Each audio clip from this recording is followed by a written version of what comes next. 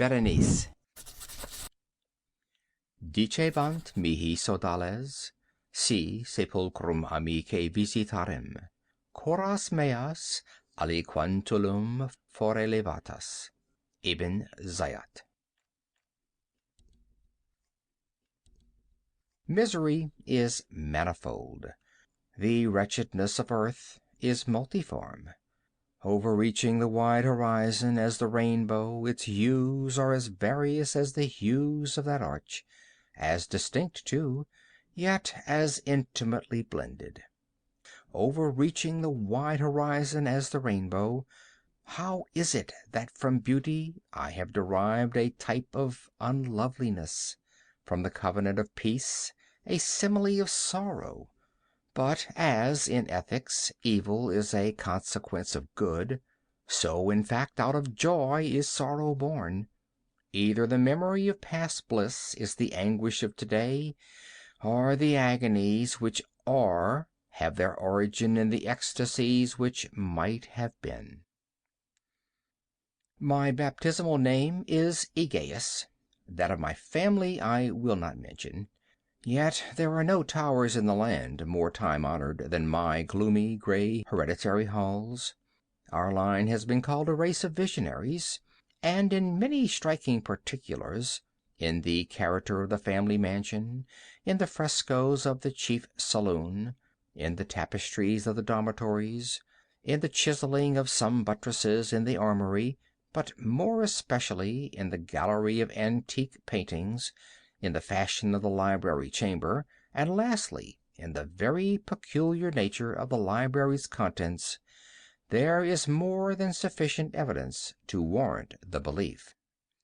The recollections of my earliest years are connected with that chamber, and with its volumes, of which latter I will say no more. Here died my mother. Herein was I born. But it is mere idleness to say that I had not lived before, that the soul has no previous existence. You deny it? Let us not argue the matter. Convinced myself, I seek not to convince. There is, however, a remembrance of aerial forms, of spiritual and meaning eyes, of sounds, musical yet sad, a remembrance which will not be excluded. A memory like a shadow, vague, variable, indefinite, unsteady, and like a shadow, too, in the impossibility of my getting rid of it while the sunlight of my reason shall exist. In that chamber was I born, thus awaking from the long night of what seemed, but was not, nonentity, at once into the very regions of fairyland, into a palace of imagination, into the wild dominions of monastic thought and erudition. It is not singular that I gazed around me with a startled and ardent eye, that I loitered away my boyhood in books, and dissipated my youth in reverie. But it is singular that as years rolled away, and the noon of manhood found me still in the mansion of my fathers, it is wonderful what stagnation there fell upon the springs of my life. Wonderful how total an inversion took place in the character of my commonest thought. The realities of the world affected me as visions, and as visions only, while the wild ideas of the land of dreams became in turn not the material of my everyday existence, but in very deed that existence utterly and solely in itself. Berenice and I were cousins, and we grew up together in my paternal halls. Yet differently we grew. I, ill of health and buried in gloom; she, agile, graceful, and overflowing with energy. Hers the ramble on the hillside, mine the studies of the cloister. I living within my own heart, and addicted body and soul to the most intense and painful meditation; she roaming carelessly through life, with no thought of the shadows in her path, or the silent flight of the raven-winged hours. Berenice! I call upon her name, Berenice! and from the gray ruins of memory 1,000 tumultuous recollections are startled at the sound. Ah, vividly is her image before me now, as in the early days of her light-heartedness and joy. O gorgeous, yet fantastic beauty! O sylph amid the shrubberies of Arnheim! O naiad among its fountains! And then all is mystery and terror, and a tale which should not be told. Disease, a fatal disease, fell like the simoon upon her frame. And even while I gazed upon her, the spirit of change swept over her, pervading her mind, her habits, and her character, and in a manner the most subtle and terrible, disturbing even the identity of her person. Alas, the destroyer came and went. And the victim, where is she? I knew her not, or knew her no longer as Berenice. Among the numerous train of maladies superinducted by that fatal and primary one which effected a revolution of so horrible a kind in the moral and physical being of my cousin, may be mentioned as the most distressing and obstinate in its nature, a species of epilepsy not unfrequently terminating in trance itself, trance very nearly resembling positive dissolution, and from which her manner of recovery was in most instances startlingly abrupt. In the meantime my own disease, for I have been told that I should call it by no other appellation, my own disease then grew rapidly upon me and assumed finally a monomaniacal character of a novel and extraordinary form, hourly and momently gaining vigor, and at length obtaining over me the most incomprehensible ascendancy. This monomania, if I must so term it, consisted in a morbid irritability of those properties of the mind in metaphysical science termed the attentive. It is more than probable that I am not understood, but I fear indeed that it is in no manner possible to convey to the mind of the merely general reader an adequate idea of that nervous intensity of interest with which, in my case, the powers of meditation, not to speak technically, busied and buried themselves in the contemplation of even the most ordinary objects of the universe. To muse for long unwearied hours, with my attention riveted to some frivolous device on the margin or in the typography of a book. To become absorbed, for the better part of a summer's day, in a quaint shadow falling aslant upon the tapestry or upon the floor. To lose myself for an entire night in watching the steady flame of a lamp or the embers of a fire. To dream away whole days over the perfume of a flower. To repeat monotonously some common word until the sound, by dint of frequent repetition, ceased to convey any idea whatever to the mind. To lose all sense of motion or physical existence by means of absolute bodily quiescence, long and obstinately persevered in. Such were a few of the most common and least pernicious vagaries induced by a condition of the mental faculties, not indeed altogether unparalleled, but certainly bidding defiance to anything like analysis or explanation. Yet let me not be misapprehended. The undue, earnest, and morbid attention thus excited by objects in their own nature frivolous, must not be confounded in character with that ruminating propensity common to all mankind, and more especially indulged in by persons of ardent imagination. It was not even, as might be at first supposed, an extreme condition or exaggeration of such propensity, but primarily and essentially distinct and different.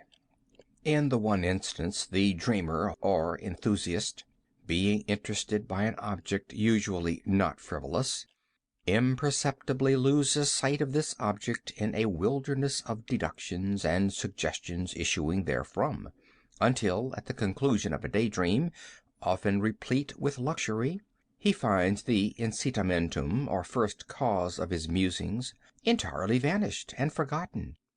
In my case, the primary object was invariably frivolous, although assuming, through the medium of my distempered vision, a refracted and unreal importance. Few deductions, if any, were made, and those few pertinaciously returning in upon the original object as a center. The meditations were never pleasurable, and at the termination of the reverie the first cause, so far from being out of sight, had attained that supernaturally exaggerated interest which was the prevailing feature of the disease. In a word, the powers of mind more particularly exercised were with me, as I have said before, the attentive, and are, with the daydreamer, the speculative. My books at this epoch, if they did not actually serve to irritate the disorder, partook, it will be perceived, largely in their imaginative and inconsequential nature of the characteristic qualities of the disorder itself. I well remember, among others, the treatise of the noble Italian, Silius Secundus Curio, De Amplitudine Beati Regni Dei, St. Austin's great work, The City of God, and Tertullian's De Carne Christi, in which the paradoxical sentence, Mortus est Dei filius, credibile est quia ineptum est, et sepultus resurrexit, certum est quia impossibile est, occupied my undivided time for many weeks of laborious and fruitless investigation. Thus it will appear that, shaken from its balance only by trivial things, my reason bore resemblance to that ocean crag spoken of by Ptolemy Hephaestion, which steadily resisted the attacks of human violence, and the fiercer fury of the waters and the winds trembled only to the touch of the flower called asphodel. And although to a careless thinker it might appear a matter beyond doubt that the alteration produced by her unhappy malady in the mortal condition of Berenice would afford me many objects for the exercise of that intense and abnormal meditation whose nature I have been at some trouble in explaining, yet such was not in any degree the case. In the lucid intervals of my infirmity, her calamity indeed gave me pain, and taking deeply to heart that total wreck of her fair and gentle life, I did not fail to ponder, frequently and bitterly, upon the wonder-working means by which so strange a revolution had been so suddenly brought to pass. But these reflections partook not of the idiosyncrasy of my disease, and were such as would have occurred, under similar circumstances, to the ordinary mass of mankind. True to its own character, my disorder revelled in the less important but more startling changes wrought in the physical frame of Berenice, in the singular and most appalling distortion of her personal identity. During the brightest days of her unparalleled beauty, most surely I had never loved her. In the strange anomaly of my existence, feelings with me had never been of the heart, and my passions always were of the mind. Through the gray of the early morning, among the trellised shadows of the forest at noonday, and in the silence of my library at night, she had flitted by my eyes, and I had seen her, not as the living and breathing Berenice, but as the Berenice of a dream, not as a being of the earth, earthy, but as the abstraction of such a being, not as a thing to admire, but to analyze, not as an object of love, but as a theme of the most abstruse, although desultory speculation. And now Now I shuddered in her presence, and grew pale at her approach. Yet, bitterly lamenting her fallen and desolate condition, I called to mind that she had loved me long, and in an evil moment I spoke to her of marriage. And at length the period of our nuptials was approaching, when, upon an afternoon in the winter of the year, one of those unseasonably warm, calm, and misty days which are the nurse of the beautiful halcyon, I sat, and sat as I thought alone, in the inner apartment of the library. But, uplifting my eyes, I saw that Berenice stood before me. Was it my own excited imagination, or the misty influence of the atmosphere, or the uncertain twilight of the chamber, or the gray draperies which fell around her figure, that caused in it so vacillating and indistinct an outline? I could not tell.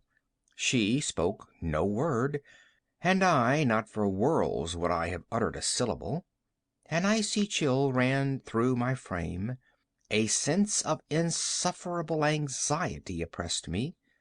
A consuming curiosity pervaded my soul, and sinking back upon the chair, I remained for some time breathless and motionless, with my eyes riveted upon her person. Alas, its emaciation was excessive, and not one vestige of the former being lurked in any single line of the contour. My burning glances at length fell upon the face. The forehead was high and very pale, and singularly placid, and the once jetty hair fell partially over it, and overshadowed the hollow temples with innumerable ringlets, now of a vivid yellow, and jarring discordantly in their fantastic character with the reigning melancholy of the countenance. The eyes were lifeless and lustreless, and seemingly pupilless, and I shrank involuntarily from their glassy stare to the contemplation of the thin and shrunken lips. They parted, and in a smile of peculiar meaning the teeth of the changed Berenice disclosed themselves slowly to my view. Would to God that I had never beheld them, or that, having done so, I had died. The shutting of a door disturbed me, and, looking up, I found that my cousin had departed from the chamber. But from the disordered chamber of my brain had not, alas, departed, and would not be driven away, the white and ghastly spectrum of the teeth. Not a speck on their surface, not a shade of their enamel, not an indenture in their edges, but what that period of her smile had sufficed to brand in upon my memory. I saw them now even more unequivocally than I beheld them then. The teeth! The teeth!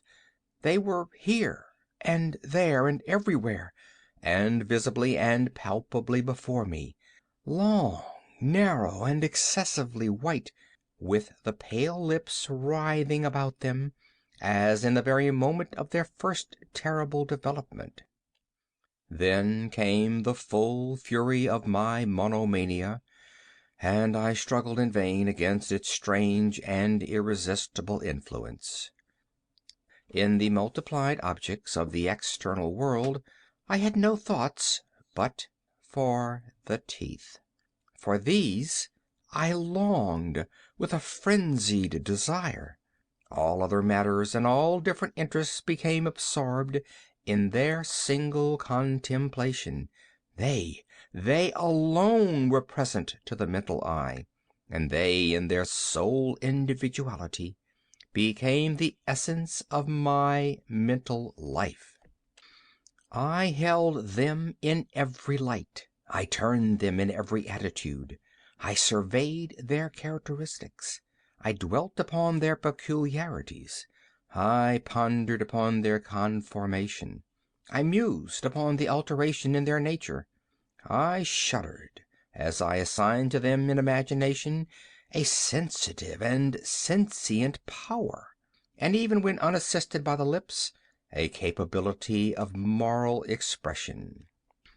Of Mademoiselle Salle it has been well said, qui tout c'est pas tant des sentiments. And of Berenice I more seriously believed, qui tout c'est donc étant des idées, des idées. Ah, here was the idiotic thought that destroyed me. Des idées. Ah, therefore it was that I coveted them so madly. I felt that their possession could alone ever restore me to peace in giving me back to reason.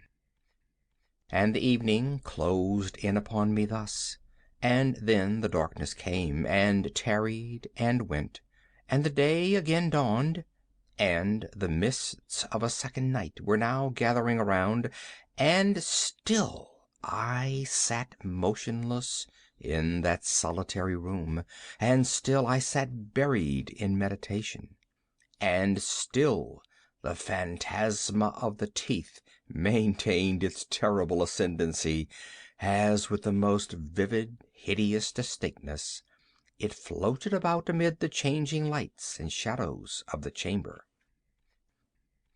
At length there broke in upon my dreams a cry as of horror and dismay, and thereunto, after a pause, succeeded the sound of troubled voices, intermingled with many low moanings of sorrow or of pain. I rose from my seat, and, throwing open one of the doors of the library, saw standing out in the antechamber a servant maiden, all in tears, who told me that Berenice was no more. She had been seized with epilepsy in the early morning, and now, at the closing in of the night, the grave was ready for its tenant, and all the preparations for the burial were completed. I found myself sitting in the library, and again sitting there alone.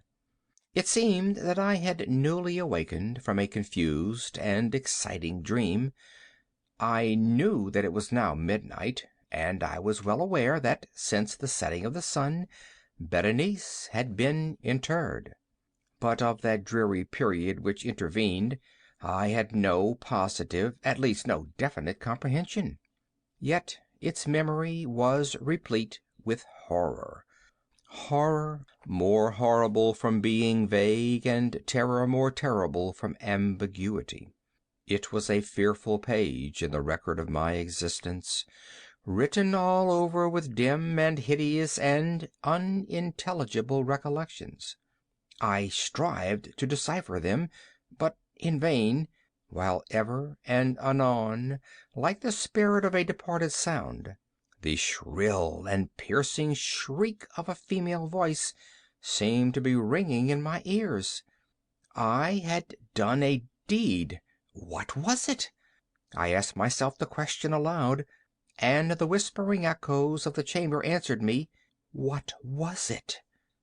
On the table beside me burned a lamp, and near it lay a little box. It was of no remarkable character, and I had seen it frequently before, for it was the property of the family physician. But how it came there upon my table, and why did I shudder in regarding it? These things were in no manner to be accounted for, and my eyes at length dropped to the open pages of a book, and to a sentence underscored therein. The words were the singular but simple ones of the poet Ibn Zayat.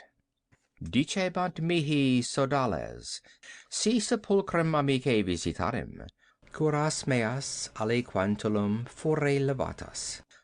Why, then, as I perused them, did the hairs of my head erect themselves on end, and the blood of my body become congealed within my veins?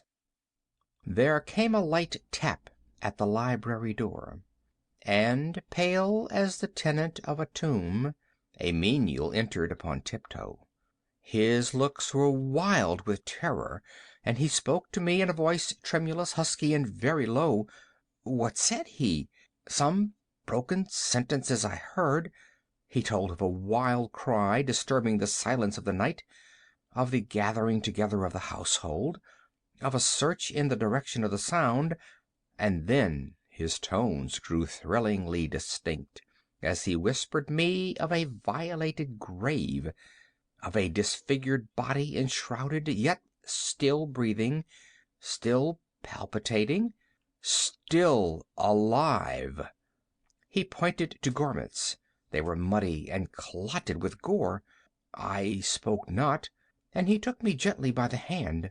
It was indented with the impress of human nails. He directed my attention to some object against the wall. I looked at it for some minutes. It was a spade.